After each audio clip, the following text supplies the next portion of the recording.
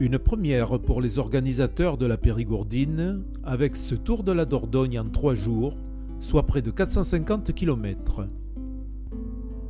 Les 3 étapes proposées nous entraîneront aux confins des 4 Périgord, un découpage aux raisons historiques, culturelles, touristiques et économiques.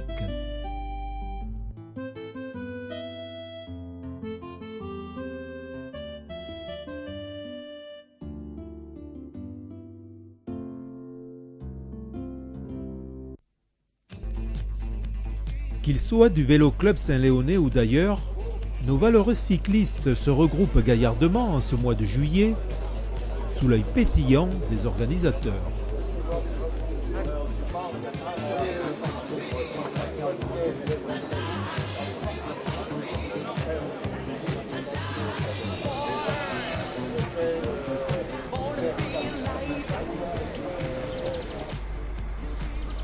Premières images de ce périple, le clocher de l'église de Colly, avec sa cloche unique, annonce la masse imposante de l'église abbatiale de Saint-Amand de Colly, considérée comme la plus belle église fortifiée du Périgord.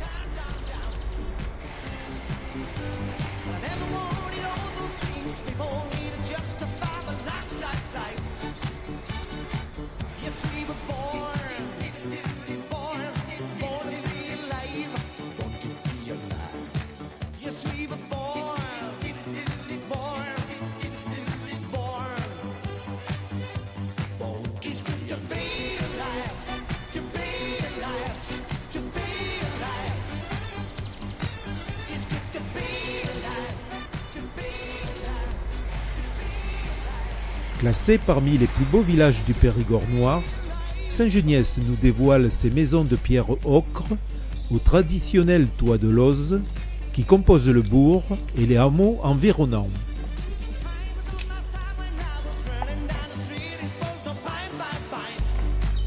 Blotti tout contre l'église dotée d'un clocher-porche, le château de Saint-Geniès, reconstruit au XVIe siècle, plante fièrement sa tour sud, pourvu de machicoulis.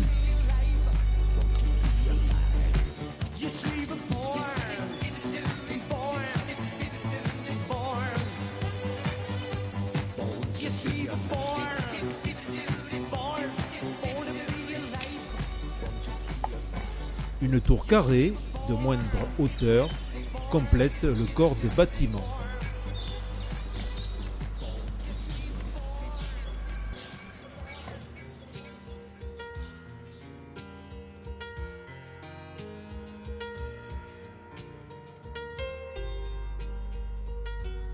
Nichés au cœur de ce Périgord noir, les jardins d'Ayrignac se déclinent dans toutes les teintes de vert que l'on découvre dans les sculptures végétales, les chambres de verdure, les broderies de haies et les parterres à la française.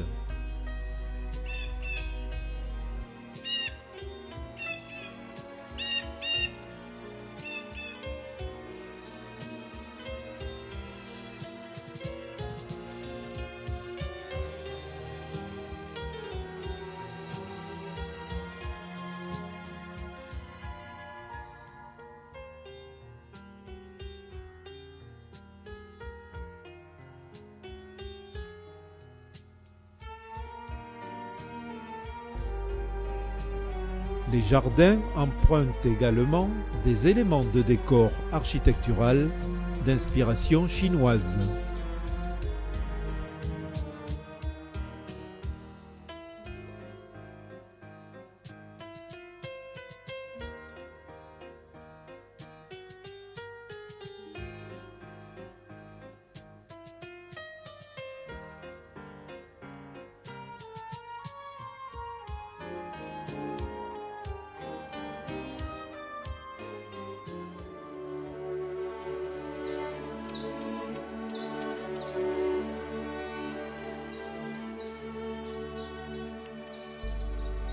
Sainte Nathalène, dont le nom fait référence à une martyre du IVe siècle, avec une église du même nom, précède l'église Saint-Capré de Carsac, laquelle fait figure de point de contrôle de l'étape.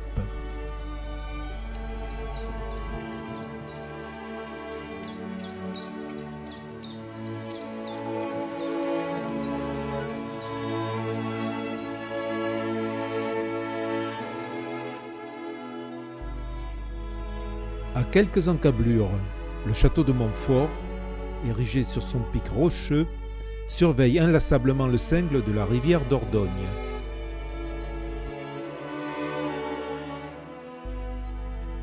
Détruit et reconstruit 5 fois, entre 1214 et 1606, son histoire n'est faite que d'une succession de luttes pour obtenir sa possession.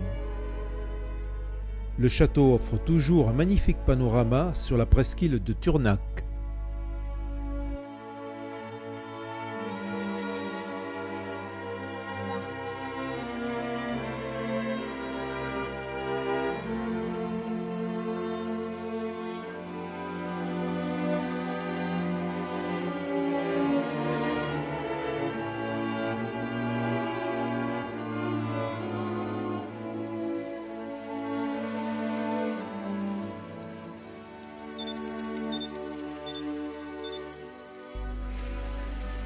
Véritable balcon sur la Dordogne.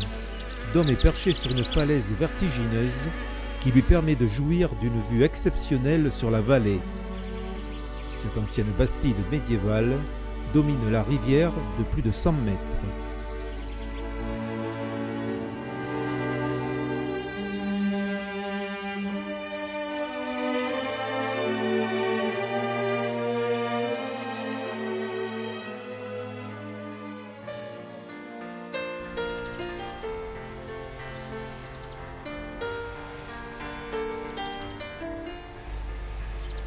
Dominée depuis l'esplanade de Dôme, la roque Gajac et sa falaise abrupte impressionnante interpellent notre curiosité.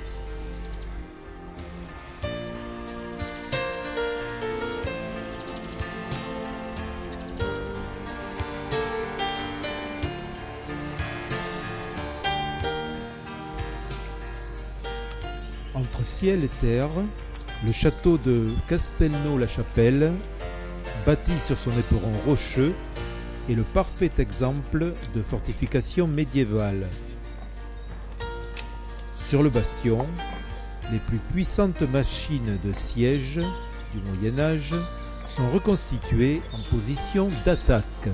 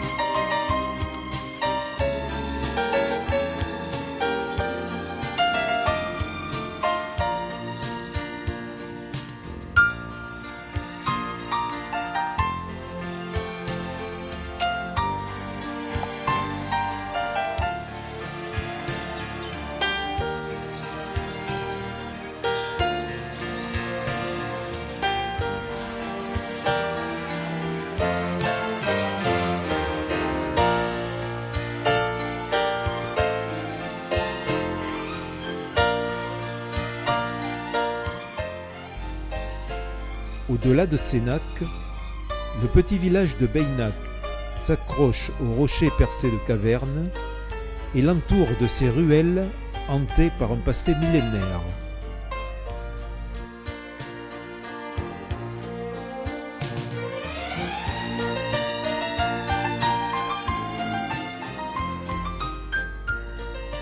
À l'aplomb de la rivière et du village, comment ne pas s'imaginer son château médiéval planté sur le plateau calcaire, situation unique pour surveiller et contrôler cet axe de circulation et d'invasion.